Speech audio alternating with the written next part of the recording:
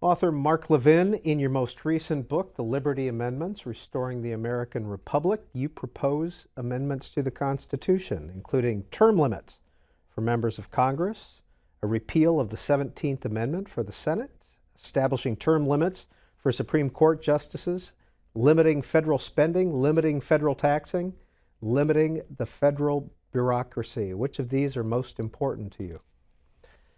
Well, they're all really of the same genre, because the goal here is to restore the republic.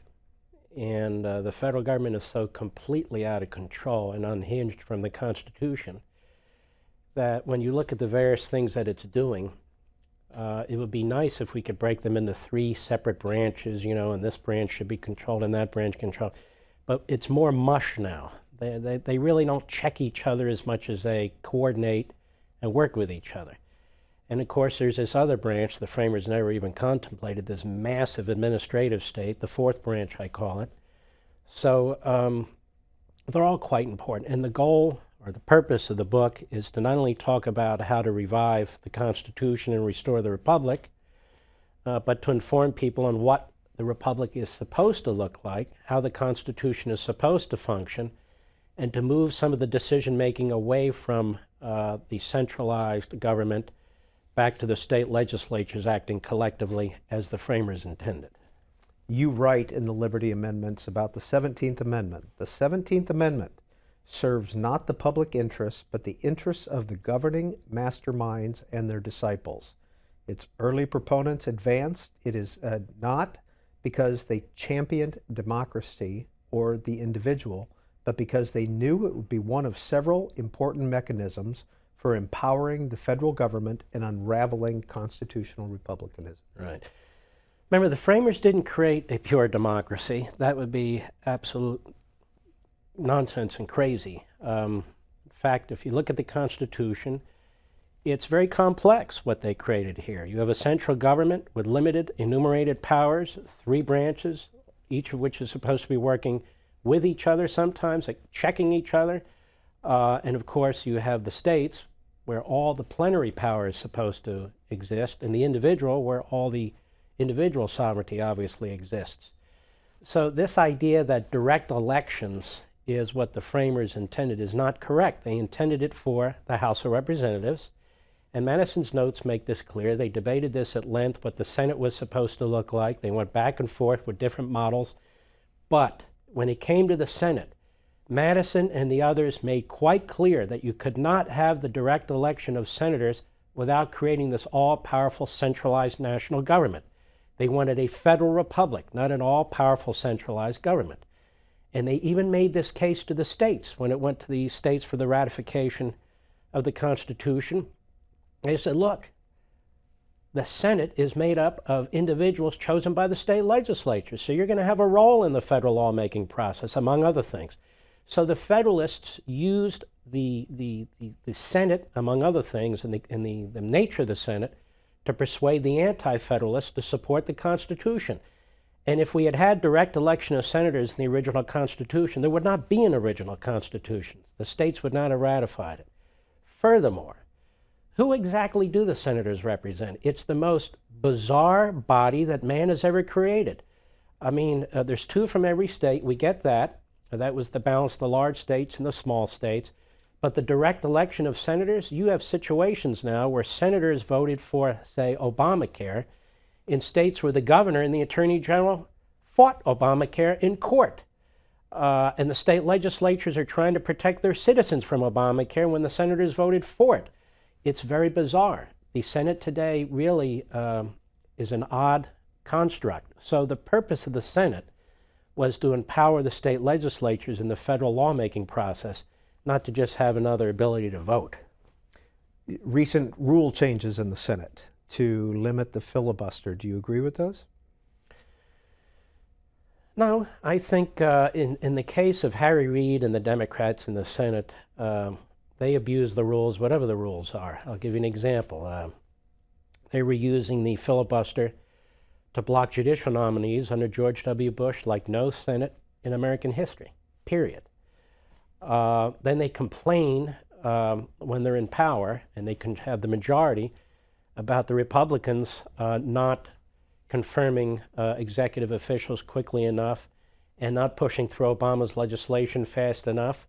And the very people who abused the filibuster rule and taught the Republicans how to do it, should the Republicans choose to do it, have now eliminated it for purpose of judicial nominees at the appellate level, as well as executive officials. Look, what the Senate is today is a rubber stamp for Obama. Harry Reid might as well be in Obama's cabinet.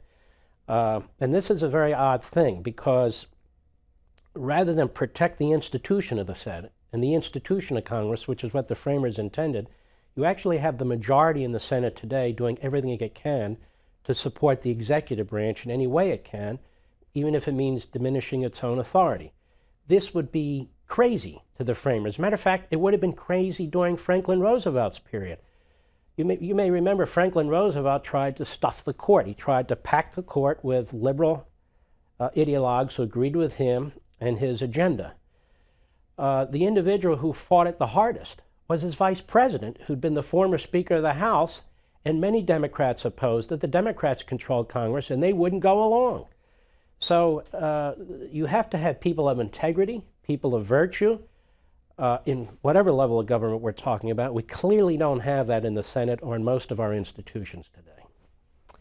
One other issue that's come up is whether or not it's fair that a state like California, 50 million or so people, 2 senators, Wyoming, less than 1 million people, 2 senators.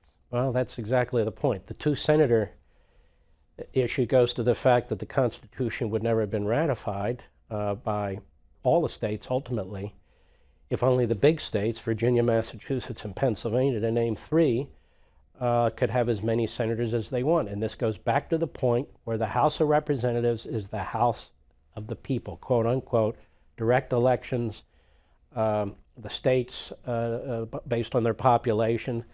That's how you determine the number of members of the House. The Senate is a different institution. Matter of fact, the Senate was supposed to be considered in many ways, and I hate to shock people, as the House of Lords. But it hasn't worked out that way. Some of your other liberty amendments: to promote free enterprise, to protect private property, to grant the states authority to directly amend the Constitution, to grant the states authority to check Congress, and to protect the vote. Number 9, to grant the states authority to directly amend the Constitution. What do you mean by that?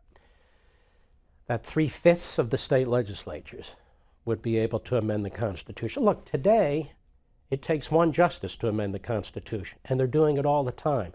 Today, it takes the President of the United States, as this president does, refusing to uphold the law, refusing to adhere to the law, refusing to acknowledge certain aspects of a particular law, changing a law like Obamacare. They're constantly amending the Constitution and amending statutes. Congress passed Obamacare, Dodd-Frank. These are blatantly unconstitutional laws that confer power on the administrative state and do other things that are outrageous. So the notion that 3/5 of the state legislatures should be able to directly amend the Constitution should hardly be radical, when the Supreme Court, in essence, is a constitutional convention every time it meets, and same with Congress and same with the President and his cabinet. And of course, in order for that to happen, we'd have to amend the Constitution in the first place to allow the states to do that, which is one of the things that I propose in my book. In your first book, Men in Black, 2005, this came out, you write, "The Supreme Court, in particular, now sits in final judgment of essentially all policy issues, disregarding the constitutional limitations, the legitimate roles of Congress and the President, and the broad authority conferred upon the states and the people." Yeah, the progressives have won, and I don't know why they're complaining or challenging what I'm writing. You know, since before Woodrow Wilson and Franklin Roosevelt and so forth, they made clear what their objectives were: an all-powerful central government. They didn't like this idea of checks and balances. They didn't like this idea of state sovereignty, and they did everything they could at the time to undermine that, to usurp that. So we have a Supreme Court now that sits in decision of virtually anything it wants to consider. Look, whatever your opinion is, look what happened in California with Proposition 8. Look what's happened with DOMA. Look what happens with all these issues. We all